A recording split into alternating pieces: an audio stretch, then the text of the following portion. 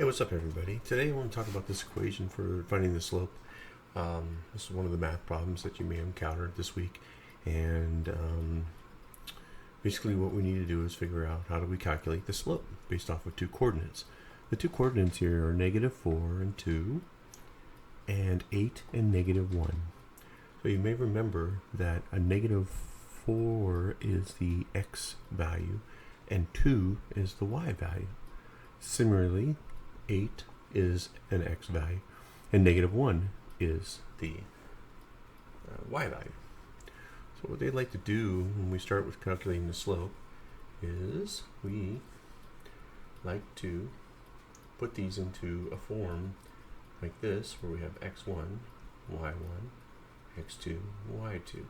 So when you do that, what you're left with is these guys. You plug in a -1 here, and an 8 from that equation here, and then, or from that coordinate, and then from here -4 and comma 2. Now, if you remember, the slope is calculated from the rise over the run. In that case, the rise is the delta, or the difference in the y value from the point here, right, which is on this line, to the point here, which is the difference on this line. And the run is always the x value.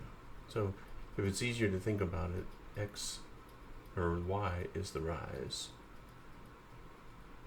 Okay, and you can have a negative rise. And then the run is horizontal, and you're going to run either this way or in the negative direction.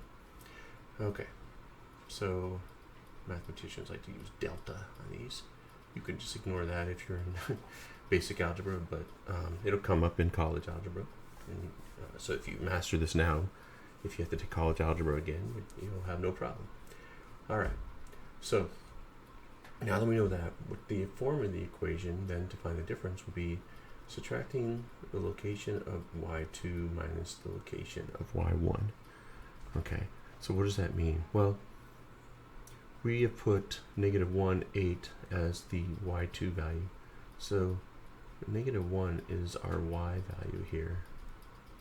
And then over here, our y1 value, as you remember, is this guy, and it's a 2. So if I subtract -1 minus 2, because that's how you'd calculate the delta, you're left with a minus and a minus, which is a -3. So on the number line, then, if you can think about it that way, which is a lot easier sometimes, is, well, since it's in the y direction, you're going to have to do this. But here's a -1, right? I want to subtract 2 from it. That means subtracting 2 is going to make it go the other direction. And so we're going to come down to here to -3. Alright, so similarly, the x value, which is, we're going to start with x2, and we're going to put that here, and now we have to subtract off x1. If you remember, go ahead and say it out loud. What is x1? x1 is the value in the first point. So now we're going to subtract off -4, which I like to put in parentheses. Why do I want to do that? Well, because what happens is two negatives make a positive, and you're left with a 8 plus 4, so we have a 12. Alright, so now this is our x, which is the run, and then this is the y, our rise. Alright, so y equals -3 all over, or over 12. Okay, now we need to reduce that to its simplest forms, and we know that the lowest common denominator here is 3. So we'll divide out 3, and we'll divide out 3, and we're left with -1/4. So now m equals -1/4. And then the equation for a line, as you remember, is mx plus b, right? And so y equals 1/4 negative times x plus b. Now the b is where on this line we cross x at 0, which means it would be right there.